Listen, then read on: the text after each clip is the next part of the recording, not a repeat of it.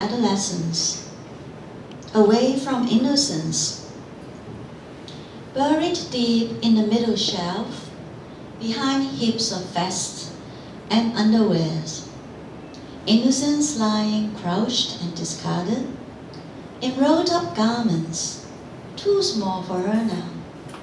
Just the other day, but that's a year ago, on her birthday, she was in this skirt, so small, so frilly, and his t-shirt with butterflies flying out of his fabric.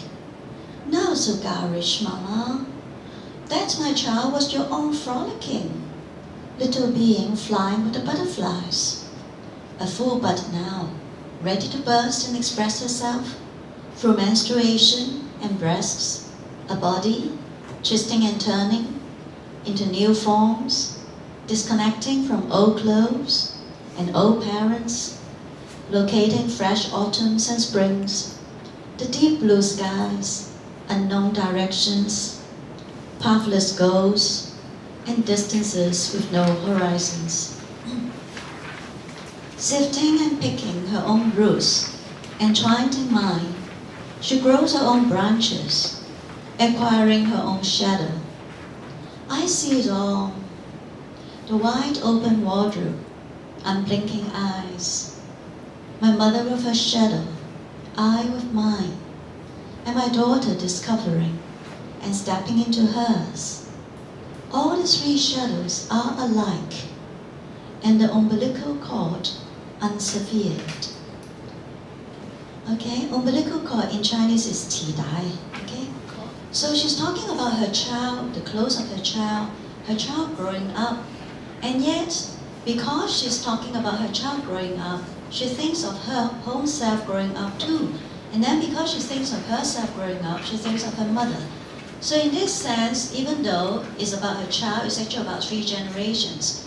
And once you start talking about intergeneration flow, it is very easy to stretch that, to talk about the, further generations back as well. So it's about this flow, between one generation to another, to another, to another, to another. Okay, so you are one generation of students, but here in this room, there are other people who graduated from Chinese school before, maybe 20, 30 years ago, okay? And then eventually, 20 or 30 years from now, who knows, maybe some of you will teach at this university, will work as administrators in this university, will work at a sister university, you don't know, or work nearby, maybe work at the MRT, whatever. But again, this human effort, this interflow between generations will just continue. So that's what she's writing about. Okay, even though she seems to be just writing about growing up. Okay, so I have written you 5 poems now, one from each of the places. And now, if you will indulge me, I'll read you 2 of my own poems.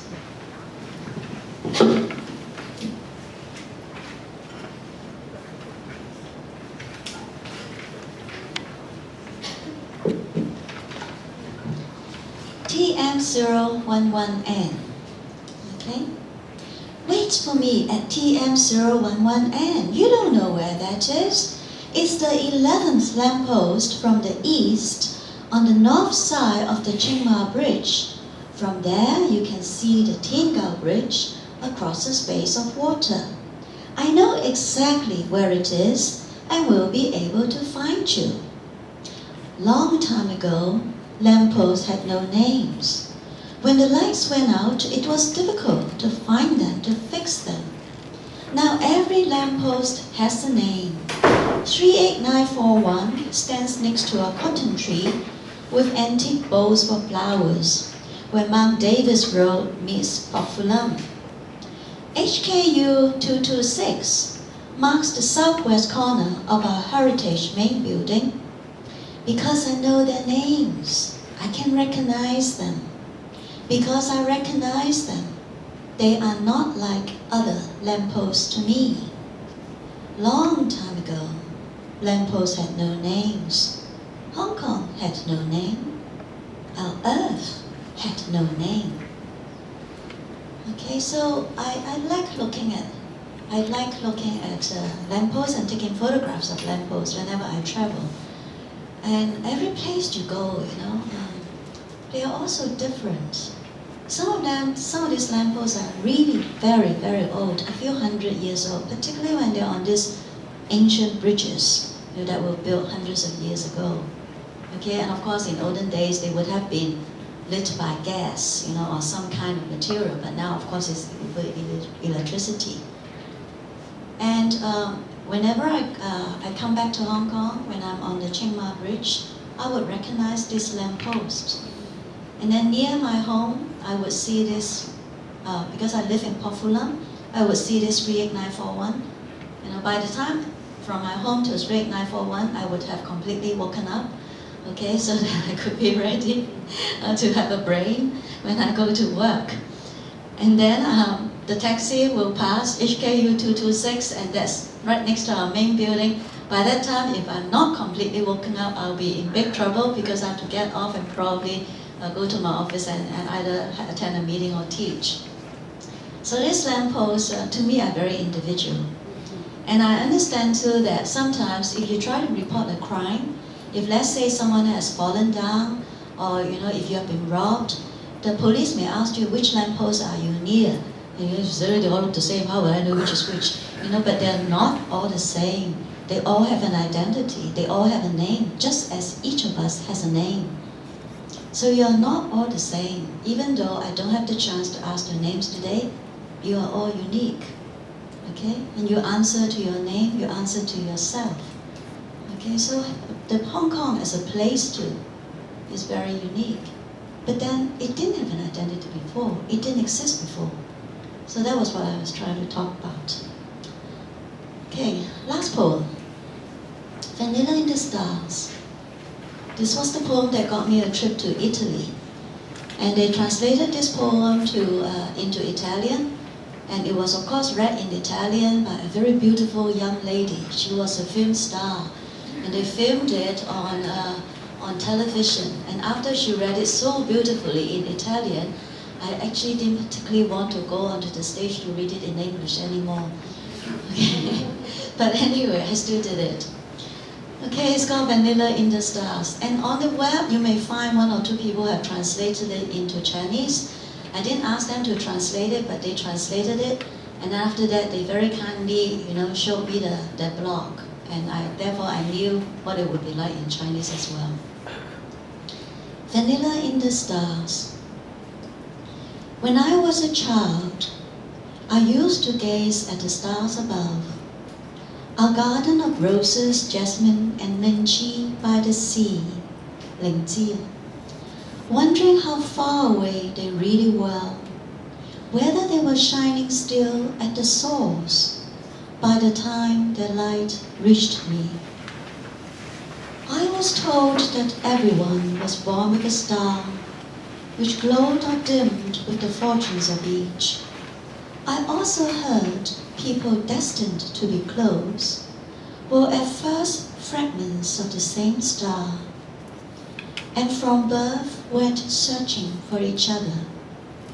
Such parting, seeking, reuniting might take 3 lifetimes with centuries in between. I had thought all these were but myths. Now decades later, I read about the life of stars, how their cores burn for 10 billion years, how towards the end, just before oblivion, they atomize into nebulae of fragile brilliance. Ultraviolet, infrared, luminous white, neon green or blue, astronomical butterflies of gaseous light, afloat in the last waltz choreographed by relativity, scattering the heated ashes into the void of the universe. Some of this cosmic dust falls onto our little Earth, carrying hydrocarbon compounds, organic matter able to mutate into plant and animal life, a spectrum of elemental frequencies.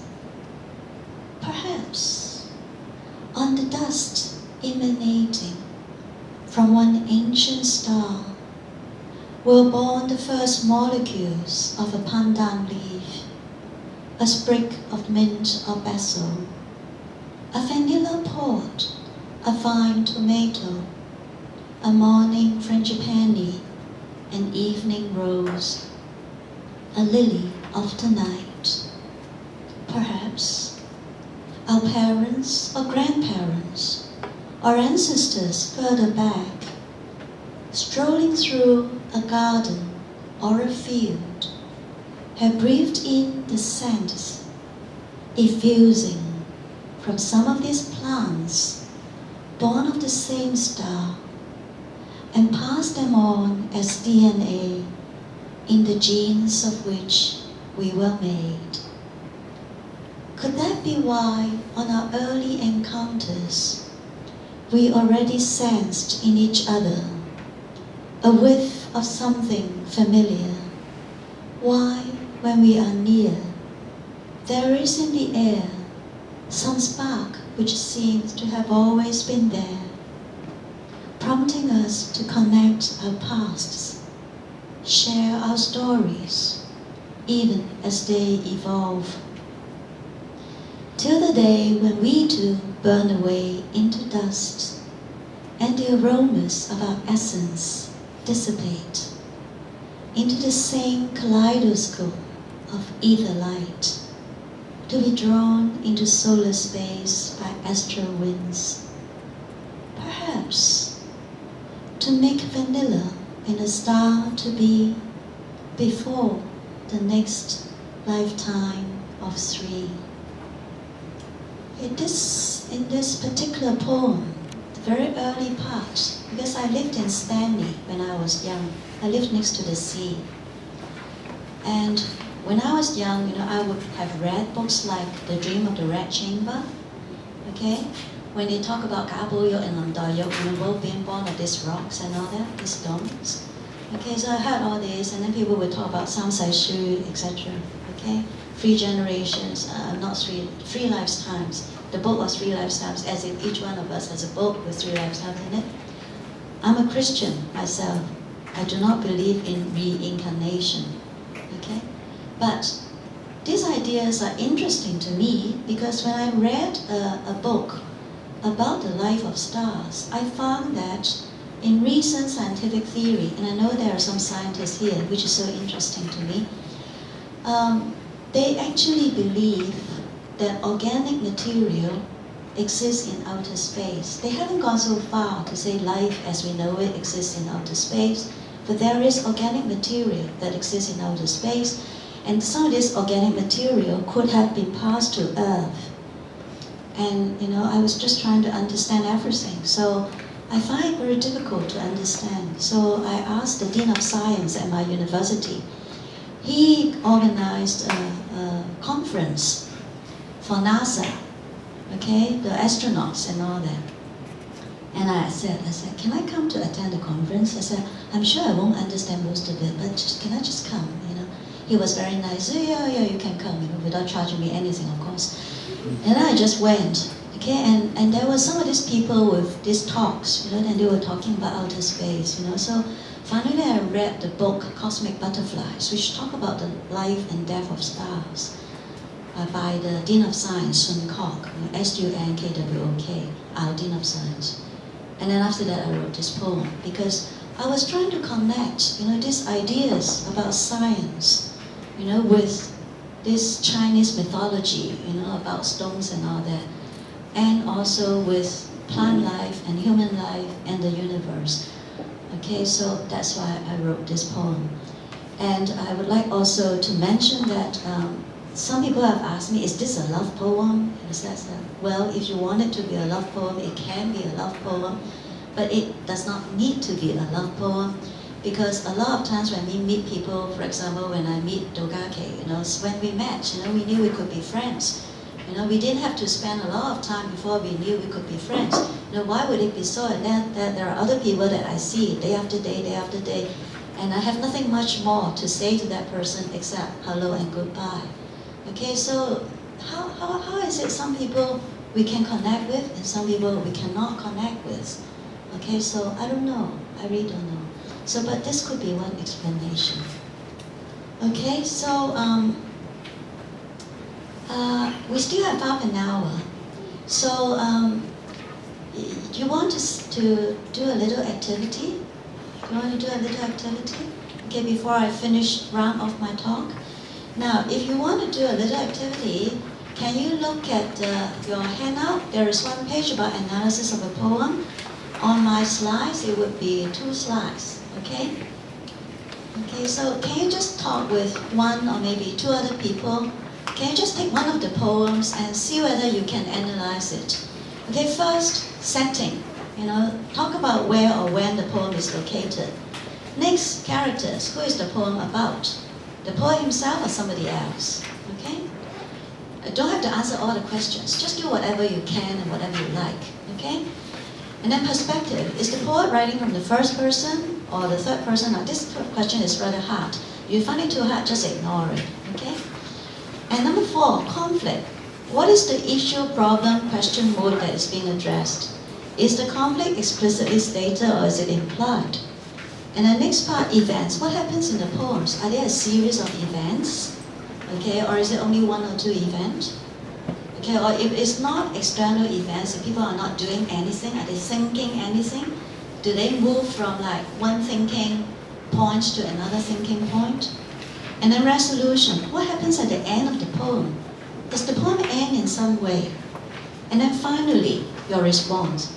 Do you feel you have understood a little bit more about life from reading this poem? What aspect of life? Does it make it easier for you to empathize with someone else in a similar situation as that described by the poem? If you find questions 1 to 6 all too clumsy and difficult and don't want to do it, at least try to do number 7. Okay? I give you 5 minutes just to talk to someone about it. Just to talk to someone. Okay? You can choose any poem you like. There are 7 poems. Okay?